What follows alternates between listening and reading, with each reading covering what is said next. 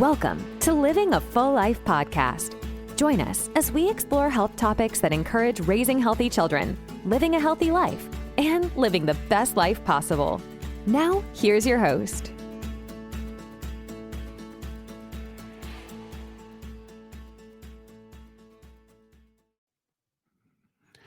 Hey everyone, welcome to another podcast of Living a Full Life. I'm Dr. Enrico Dolcicore, and we are wrapping up our series of neurodevelopmental and development in our children from birth to 25 years of age. So we're talking today about 18 to 25. What a time that is. I mean, your children are probably finishing high school at this time, choosing to either go to college or do something in the trades or move on up.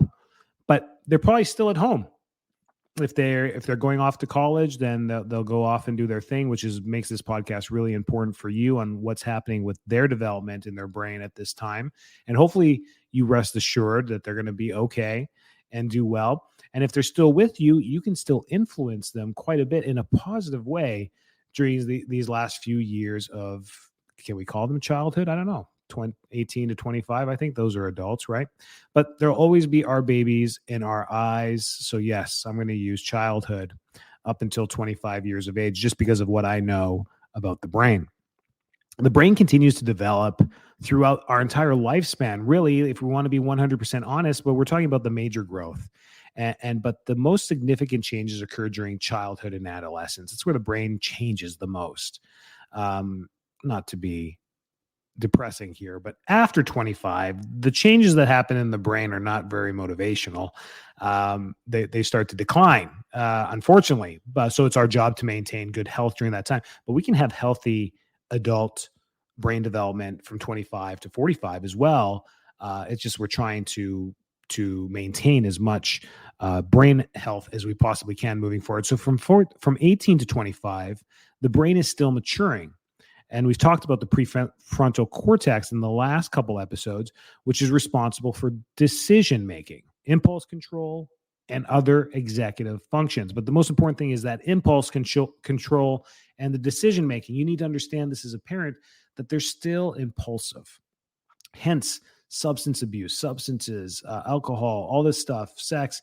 These things are all really important to have open discussions about because of their impulse control is just not at the same level as yours is. You know the repercussions. You know what's going to happen the next morning with a hangover. You know what's going to go on, how that's going to affect you. They don't. The impulse of doing it now and having the fun now outweighs what tomorrow morning is going to feel like or be like, depending on the choices we make. So it's really important during this time. So the changes that happen at this time is still that myelin that we talked about, that myelination that's happening along every single nerve cell in the body, including the brain, central nervous system, and peripheral nervous system. We've got this myelination that continues to go, that fatty substance that coats every single cell and every single nerve in the body that transmits signals between neurons. This myelination continues to occur quite profoundly in the prefrontal cortex, which helps to improve decision-making and impulse control there as well. Synaptic pruning still happens at this time because of the myelination, which means that synapse connections between neurons are still happening, synapses. During this age range, there's a process of pruning, which we're getting rid of the childhood ones that are no longer used and eliminating them to strengthen bigger connections with agility, motor function, speech. Everything is just getting more in-depth and more fine-tuned. So we're creating stronger cognitive function and improvement between these synapses at this phase. So it's really an important brain health development time where nutrition plays a huge role. We'll get into all the things that you can help influence. So that's the neurology of what's happening there. Increased connectivity is, again, the result of this myelination and synaptic pruning that's happening. This helps improve communication between the different parts of the brain. It connects the left brain to the right brain, the different parts of the brain, and the complex parts of the brain, and then the complex thinking and decision-making centers of the brain as well, which again are in the prefrontal cortex. Improved emotional regulation during this time, a little bit better than the high school years. You're going to notice an improved emotional regulation here because the brain's ability to regulate emotions is still developing, but it's matured. at this point. This can help young adults to cope with stress and difficult emotions more effectively than they did in high school. So you'll see that change a little bit as well. And then increased risk taking is still there because of the prefrontal development that's still happening until when? 25. If there's one thing you learn through these podcasts, is the brain grows until 25. And this prefrontal cortex is still developing during this time, which can lead to increased risk-taking behavior. That's all from high school to college. The only thing that's left is the risk-taking. And this is why the driver's licenses and your kids getting to learn how to drive and then driving on their own for a while, how stressed you feel, is because innately, whether you're a neuroscientist or not, you know this principle that their brain is still developing, whether you knew it or not before this podcast. As a parent, innately, you knew that they're still learning, that your child's still growing. And when they get behind a heavy machinery like a vehicle, you're worried every single time they start that engine. And that's a natural feeling. And for you to understand that it's a fear mechanism to help you better protect your child. So it's not a bad thing. It sucks. It's a stress response. It's a sympathetic overdrive. It's unnecessary. It's a cortisol spiker. It makes you fat. I get it. We don't like it as adults. We don't like the stress. And that will never go away because we want the best for our kids and we're always worried about them. But remember that their development is there. They are just as aware as you are, and they're more agile than you are. So if they are about to fender bender someone or something, they are quicker they have quicker reflexes than you, but you have more experience behind the wheel than them. So you're going to be making better decisions. So there's always that. Just understand that the risk taking is with everything, not just driving a vehicle, physically, mentally, substance abuse, unprotected sex, these things that are risky during this time. Just having open dialogue and an open impact with your kids is really important. The neurodevelopmental changes that occur during this age range can have a significant impact on behavior, depending on how they develop. These changes can make it difficult for young adults to make good decisions and control their impulses. However, with time and experience, the brain continues to mature and the young adult will learn to manage their emotions and behavior more effectively. That's what will just naturally happen. So you've done a great job. You're at the finish line of parenthood at this point. Understand that you couldn't have done it.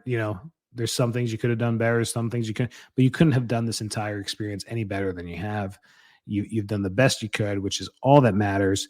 And now the rest of the development is just going to happen naturally, innately, and there's really not much more to worry about. If you got them to this point as a young adult, you're winning. Some things to influence and continue to influence them with for good health moving forward is sleep. At this point, by the time they're in their 20s, 8 hours is just a good lifelong lesson that they should walk away with, understand. They're going to learn this the hard way. If they don't get enough sleep, they're just going to deprive their function. And they'll learn it. But as long as you keep planting those seeds in their head that they always need 8 hours of sleep, that's the magic number to rejuvenate cells in the body and heal. That's how we wake up well rested. Is leaving them with that. And good sleep comes with a good diet. It's just they go hand in hand. Eating well, a healthy diet provides nutrients that the brain needs to grow and develop. We talked about this in high school, how kids can skip meals, skip breakfast, grab candy bars, not eat all day, and they're malnourishing their brain, which can impede development as well, which can prolong prefrontal cortex development over time. It can impede on emotional regulation. It can impede on a lot of things. It can make them grumpy. We know what sugar does, crashes systems. So facilitating this, I know it almost feels like talking to a brick wall when they're 18 years old, but having this relationship there that you're just always going to be an influence and a beacon of light. That's how you should describe yourself to your kids as well. As, listen, I'm the beacon. The weather is usually nice. It's usually shiny. The sun is shining. The sky is clear. But there's times in life when the clouds come in, when the fog comes in, when the storms come in, and you still need to navigate the waters of life. And I'm here to be that beacon.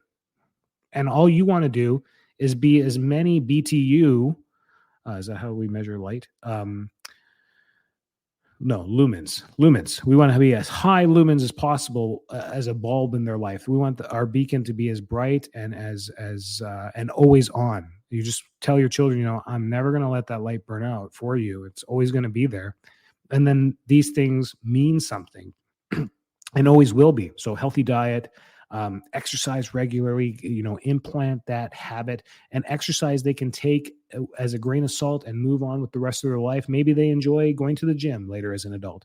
Maybe they enjoy keeping softball in their life. Maybe they enjoy track and field or going for a jog, and these are lifelong habits where they just, the 45-year-old runner, they're a parent someday in their life and they're still running because of the seeds you planted early on about activity, and they enjoyed it, and you facilitated it, and you paid for track and field, and you went to the track meets, and you went to the state finals, and you did all that stuff with them, and you facilitated these things, and they end up being a runner at 50 years old. That's the neat stuff that hopefully we live long enough to see our children reap the benefits and rewards from. So that's cool. Avoid smoking, alcohol, and drugs. I think we have to remind half of you adults about this stuff too. Avoid that stuff. It just kills brain cells. There's never an argument, a debate I get into about marijuana use, alcohol use, prescription drug use. They all kill brain cells, everything. Doctors don't even talk about that anymore. It's just a normal side effect of it. Aspirin. Taking an aspirin causes 1 tablespoon of bleeding in your stomach every time you swallow 1 pill.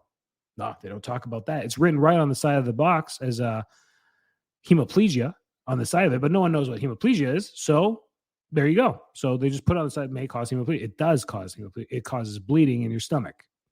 As soon as that capsule is broken, it causes, so your stomach bleeds. That's how toxic this material is. Then it becomes an NSAID in the body, which blocks pain reception for a little bit to kill your headache. So they don't talk about this. And chronic use of this, people will take it. They'll have indigestion, they'll have acid reflux. They'll cough one day and there's blood in there. And they're like, oh my God. And they run to the hospital, endoscopies, stomach. And they're like, no, you're fine. There's no ulcers. There's no nothing.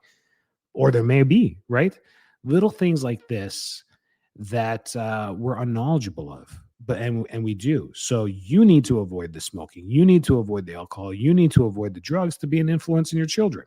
It's just the way it goes. I mean, it's tough. That's the hard knocks there. Well, you thought this was going to end up like all nice and rainbows and unicorns, weren't you? Instead of me yelling at you. But I didn't want to do that in the earlier podcast because when you're raising little kids, I mean, life's hard. You've made it. We're talking about the finish line. And I'm going to tell you how imperfect you are. We all are. But that's the influence. And you're influential for your kids for your entire life, by the way. How you end up at your own funeral to that moment is an influence onto your direct family members. So there's no breaks. If you're hoping for retirement or some type of break, there is no break. You're always going to influence them because they love you more than anyone else on the face of the planet. So it's tough. It's a tough thing to carry on your shoulders, but it's the most rewarding thing to carry on your shoulders. Challenge yourself too. Set goals for yourself and work towards achieving them. This will help you develop problem-solving skills in your life, and then also help you challenge your kids to develop problem-solving skills and decision-making skills in their life as well. The problems that you can solve in adulthood and the things that trials and tribulations that come through life, your parents are going to pass someday. You're going to have to deal with that. You're going to go through funerals. Your children then have to come to the funerals with you. That's a learning experience about life and death and the cycle and all these things. These are all examples of trials and tribulations. You may run into financial problems. You may have to downsize your home. Your family comes with you. Relationships sometimes break. That's a completely different trial to go through, but you got to build relationships off of that. You got to build the teaching off of that rather than create angst and stress and the emotions that you may be experiencing. But how are you dealing with them, and how are you going to teach your kids through that? You can use your own life experiences. And in the moment, trust me, you're going to fail because your emotions get in the way. You're not thinking about teaching at this moment. You're thinking about survival, which is perfectly fine. But once the smoke settles and everything kind of settles there, then we go back to a teaching moment and talk about, hey, this is how I dealt with it. I liked how I did this. I don't like how I went berserk for a whole week there. I'm sorry about that. If I ever had to do that again, I would change that. But I really liked how we handled this, and we stayed together and we stuck together, and those are the teaching things that we can go through there. Everything is a teaching. Everything in life is a teaching moment. So, and then learn new things. This is where at 18 to 25, we're learning a bunch of new stuff from jumping between jobs and activities and sports. And then this is where we also build lifelong relationships during our time here as well. So the relationship and social part of the brain development is so important during these years. These are the best years of your life. If you look back at when you were 16, 19, 24, you're probably still today thinking, those are probably some of the best years of your life, except your young children, maybe, where you remember those memories and they carry on with you forever. Even with young children, you might have 9, 10-year-olds. I mean, these summers you spend together, these moments you spend together, these Christmases, these holidays, these birthdays, set up lifelong memories that they'll cherish for the rest of their life. They'll close their eyes some nights and just remember those times with you. Really cool things to think about. This was super fun. We made it to 25. Yes, the prefrontal cortex doesn't develop until 25. So be patient with your kids. I know by the time they're 18, you're treating them as an adult and you're wondering how they can be so stupid. You're like, how are you still stupid? I've been waiting for you to not be stupid. You're 18 and you're still stupid. They're not. Your kids are wonderful. But I'm just saying, in those moments, those are the things that go through. I know those go through your head. I know they do. I'm not the only one. So when I say this stuff, people are like, oh my gosh, he said it.